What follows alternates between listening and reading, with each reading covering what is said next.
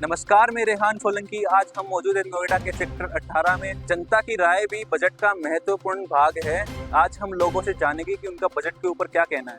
Sir, जो हमारे देश की फाइनेंस मिनिस्टर है निर्मला सीतारमण, जिन्होंने अभी हमारे बजट पास किया है, तो उसके ऊपर आपका क्या कहना है? आप उससे संतुष्ट है नहीं है? देखिए, पहली बात तो मैं बताना चाहता हूँ, जैसे एज ए हम लोग भी सोच रहे थे कि मोदी का सरकार आए, क्योंकि लास्ट पिछले 10 साल से कुछ अच्छा खासा डेवलपमेंट लग रहा था कि हो रहा है।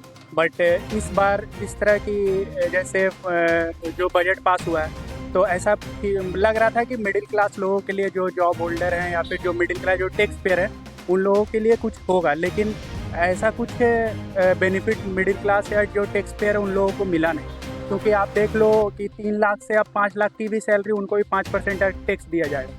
तो 5 लाख तक का सैलरी तो आई थिंक बड़े शहर में अफोर्डेबल है नहीं कुछ, और उसके बाद भी उस पर टैक्स दिया जाए। और दूसरा चीज़, तो इसलिए ये मिडिल क्लास लोगों के लिए और टैक्स पेयर है उन लोग तो एकदम संतुष्ट नहीं है इससे। क्योंकि आप देखिए, अब गरीब लोगों को मिलता है राशन जो भी मिल रहा है। अब एक तरह से देखा जाए, लोगों को लग जाएगा थोड़ा ख़राब, बट बात तो वही है ना कि यहाँ का पैसा लेकर उधर दे दो, सिंपल। तो भाई मिडिल क्लास को क्या मिला? मिडिल क्लास को तो कुछ मिल नहीं रहा है, जो टैक्स पेयर है उनको तो बेनिफिट नहीं मिला। तो बहुत सारा चीज़ है, इसलिए उतना। और दूसरा एक और बात, जैसे जो स्टॉक मार्केट में जो इन्वेस्ट करते हैं, उन लोगों के लिए भी इस बजट से कोई फ़ायदा नहीं हुआ। उन लोगों को जो जो शॉर्ट टर्म ट्रेडर हैं, जो फ्यूचर और सम ट्रेड को, उनको 30% का टैक्स, चलिए वो तो सट्टाबाजी है, चलिए वो तो। और फिर जो लॉन्ग टर्म ट्रेडर है, 1 साल के बाद उन लोगों को 20% टैक्स देना पड़ जाएगा।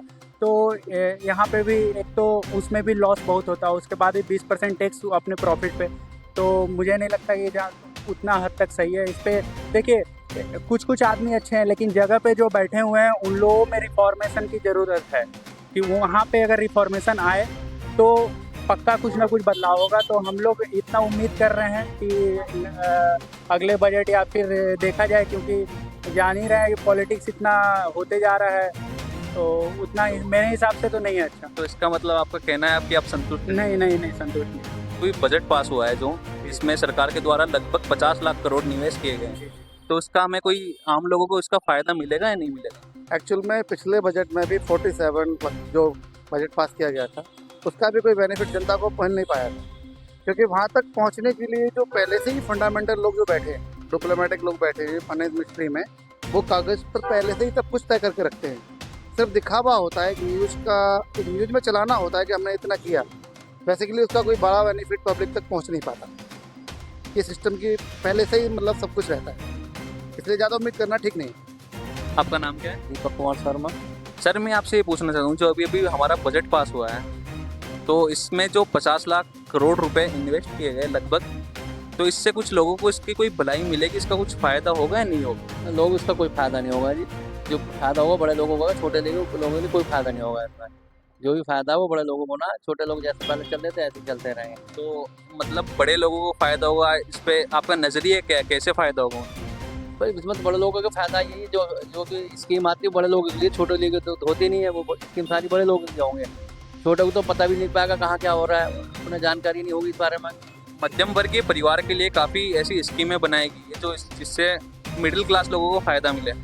तो बड़े लोगों के लिए ऐसी कौन सी स्कीम बनाई गई है कि जिनसे उनको फ़ायदा मिले? ये तो मिडिल क्लास तक फैमिली ये पहुँचेंगी नहीं स्कीम, उन्हें जानकारी नहीं होगी इस बात की। अब उन पर जो ऊपर लोग बैठे हैं, जो उनके मिलने वाले हैं, उन्हीं तक ये स्कीम जाएगी। मिडिल क्लास में अगर जाएगी स्कीम, जो उनके मिलने वाले हैं वो उन्हीं तक ही जाएगी।